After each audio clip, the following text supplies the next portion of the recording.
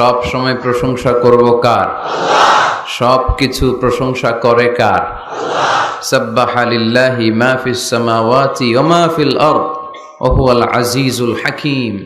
আকাশের জমিনে যা কিছু আছে সব কিছু তাসবিহ পড়ে, জিকির করে, প্রশংসা করে একজনের, তিনি কে? ওয়া ইম মিন শাইইন ইল্লা ইউসাব্বিহু বিহামদিহি ওয়ালাকিন লা তাফকাহুনা তাসবিহাহুম। নভমণ্ডল ভূমণ্ডল যেখানেই যেটা থাক না সবকিছু জিকির করে একজনের, তিনি কে? কিন্তু ওয়ালাকিন লা তাফকাহুনা তাসবিহাহুম, তোমরা সবকিছুর তাসবিহ বা জিকিরের ভাষা বুঝো না।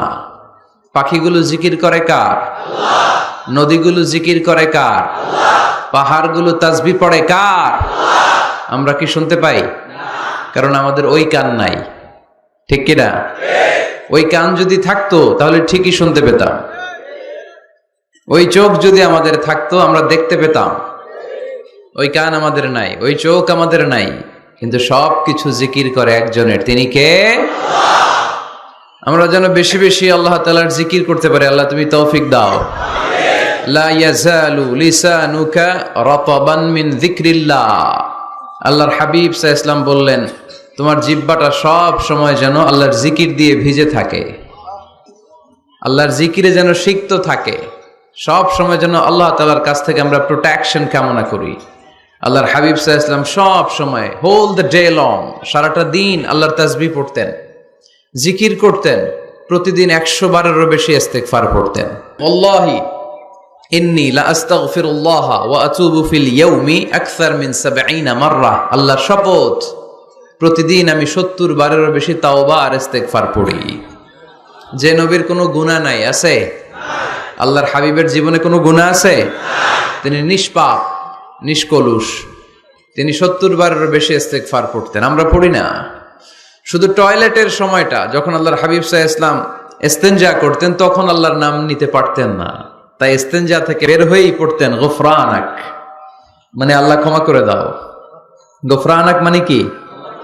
আল্লাহ ক্ষমা করে দাও। এই যে এতটুকু সময় তোমার তাসবিহ পড়তে পারলাম না, আল্লাহ তুমি আমার উপর রেগে যেও না, তুমি আমারে ক্ষমা করে দাও। এজন্য আমরা যেন সবসময় বেশি বেশি ইস্তিগফার করি। কি পড়ি? পড়েন আস্তাগফিরুল্লাহ, আবারও পড়েন আস্তাগফিরুল্লাহ, সবাই পড়ুন আস্তাগফিরুল্লাহ। আল্লাহর হাবিব সাল্লাল্লাহু আলাইহি ওয়াসাল্লাম বললেন, মান লাযামাল ইস্তিগফার জাআলাল্লাহু লাহু মিন কুল্লি দীকিন মাখরাজা। যে সব সময় ইস্তিগফার পড়ে আল্লাহ তাআলা সব বিপদ থেকে তাকে মুক্ত করে দেয়। ওয়া মিন কুল্লি হাম্মিন ফারাজা, সব দুশ্চিন্তা থেকে তাকে আল্লাহ মুক্ত করে দেয়। সুবহানাল্লাহ পড়েন। ওয়া ইয়ারযুকহু মিন হাইসু লা ইয়াহতাসিব, এমন জায়গা থেকে আল্লাহ তাআলা রিজিকের ব্যবস্থা করে দেয় সে কল্পনাও করতে পারে নাই। সুবহানাল্লাহ পড়েন। মাঝে মাঝে এমন জায়গা থেকে রিজিক আসে আমরা কখনো ভাবি নাই, ভাবছি? হঠাৎ কোত্থেকে যেন খাওয়ার ব্যবস্থা হয়ে গেল, হঠাৎ কোত্থেকে যেন রিজিকের ব্যবস্থা হয়ে গেল। আপনি শুধু খাবার দাবার আর টাকা পয়সাকে রিজিক মনে করবেন না, আল্লাহর দেয়া সব নেয়ামতি রিজিক। এই যে সন্তান পেয়েছেন, এটা কার পক্ষ থেকে রিজিক? স্ত্রী পেয়েছেন, দিয়েছে কে? সবাই মিলে চাইলে একটা সন্তান বানানো যায়? আল্লাহ কাউরে ছেলে দেয়, কাউরে মেয়ে দেয়, কাউরে ছেলে মেয়ে দুইটাই দেয়, আবার কাউরে ছেলেও দেয় না, মেয়েও দেয় না, এরকম আছে না নাই? নিঃসন্তান বানিয়ে আল্লাহ পরীক্ষা করে। কাউরে আল্লাহ ছেলে বানিয়ে পরীক্ষা করে, কাউকে আল্লাহ মেয়ে বানিয়ে পরীক্ষা করে, কাউকে আল্লাহ হিজরা বানিয়ে পরীক্ষা করে। আছে আছে। হিজরাদেরকে আমি বলি প্রায় হিজরাদের ব্যাপারে, অনেক হিজরাও দেখি বিভিন্ন জায়গায় কমেন্টস করে যে হুজুর আমরাও শুনি আপনার ওয়াজ। আলহামদুলিল্লাহ, এটা ভালো। এই যে তৃতীয় লিঙ্গ, থার্ড জেন্ডার, এরা অবহেলিত কিন্তু আমাদের দেশে, কিন্তু এদেরকে নিয়ে আমাদের ভাবনা নেই। সংখ্যায় একেবারে কম নয়, এদের সংখ্যাও অনেক। এরা আমাদেরই সন্তান। আমার 2টা মেয়ে, তো আল্লাহ মেয়ে না দিয়ে আমার ঔরসে হিজরা দিতে পারতো না? কথা বোঝে নাই? আমি যে ছেলে হয়েছি কার ইচ্ছায়? আমার বোন মেয়ে হয়েছে কার ইচ্ছায়? যে হিজরা হয়েছে সেও হয়েছে কার ইচ্ছায়? বুঝতেছেন কথা কি? বুঝেন? তাহলে হিজরা এরা আমাদের সমাজেরই অংশ, এরা আমাদেরই সন্তান। কিন্তু আমরা এদেরকে পরিচয় করিয়ে দেই না কোথাও। দেখবেন এক লোকের এক ছেলে এক মেয়ে আর একটা হিজড়া, তো ঘরে মেহমান আসলে উনি ছেলের পরিচয় করায় দেয়, ছেলের নাম আব্দুল্লাহ, মেয়ের নাম সুমাইয়া। হিজড়া যে আছে ওরা সামনেই আনে না, ও সব সময় অবহেলিত, neglected in family as well as in the society. পরিবারও নেগলেক্টেড, সমাজেও নেগলেক্টেড। ফলে সে দুঃখ ভারাক্রান্ত মন নিয়ে খুঁজতে থাকে, আমার মতো এরকম অসহায় কে আছে দেখি। সে খুঁজে পেয়ে যায় আরো কিছু হিজড়াকে, পরে একসাথে হিজড়া পাড়া বানায় এরা, জানেন? হিজড়ারা কিন্তু আরেকটা বয়স্কা হিজড়ার আন্ডারে থাকে, চাঁদাবাজি করে এরা। আপনাদের এলাকায় নাই তো, আপনারা বুঝেন না। ঢাকায় যাইয়েন একবার, জ্যামের মধ্যে আটকালেই খবর আছে, পুলিশেও ভয় পায় এদেরকে। আমি এক জায়গায় বলছিলাম যে এদেরকে পুলিশের দায়িত্ব দিয়ে দেন, যেহেতু এদেরকে সবাই ভয় পায়। এরা ট্রাফিক সিগন্যালের এখানে এমনি দাঁড়ায় থাকলেই চলবে, লেন চেঞ্জ করে কেউ উল্টা পাল্টা লেনে ঢুকবে না। This is call idea. Idea generate করতে না পারলে দেশের উন্নতি করা সম্ভব না। হিজড়াদেরকে কর্মসংস্থানের ব্যবস্থা করা উচিত।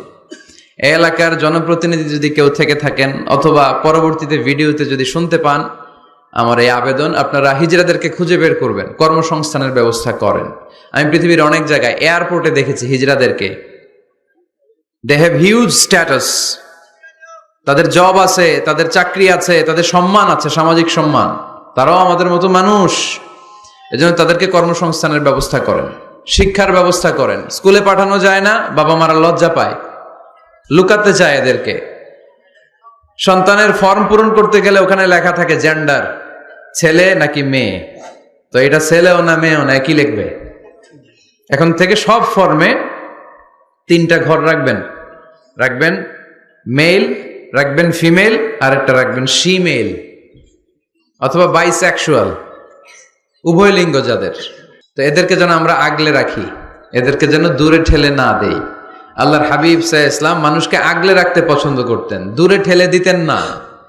আল্লাহ রাসূল সাল্লাল্লাহু আলাইহি ওয়াসাল্লাম মন জয় করার কিছু বাক্য আমাদেরকে শিখিয়েছেন, how to reach in the people's heart, মানুষের হৃদয়ে কি করে পৌঁছতে হয় তিনি শিখালেন। তুমি বলো বাশশিরু, ইয়াসসিরু, ইয়াসসিরু ওয়ালা তুআসসিরু, বাশশিরু ওয়ালা তুনাফফিরু, সহজ করে উপস্থাপন করো, কঠিন করো না।